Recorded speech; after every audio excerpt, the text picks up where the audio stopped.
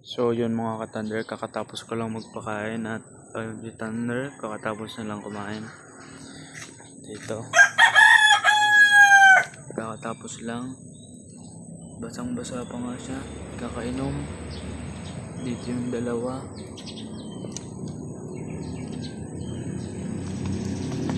Kukuhanan ko na yan ng kapares.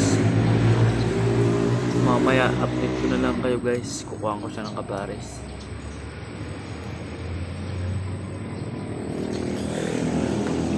Asa na kaya dito? Di lumalabas yung kapares ni Thunder.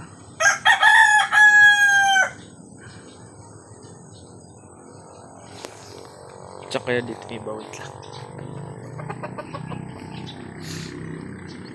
Hindi pa lumalabas yung iba. Tinatawag niya yung asawa niya. Baka siya naman ata pumalit.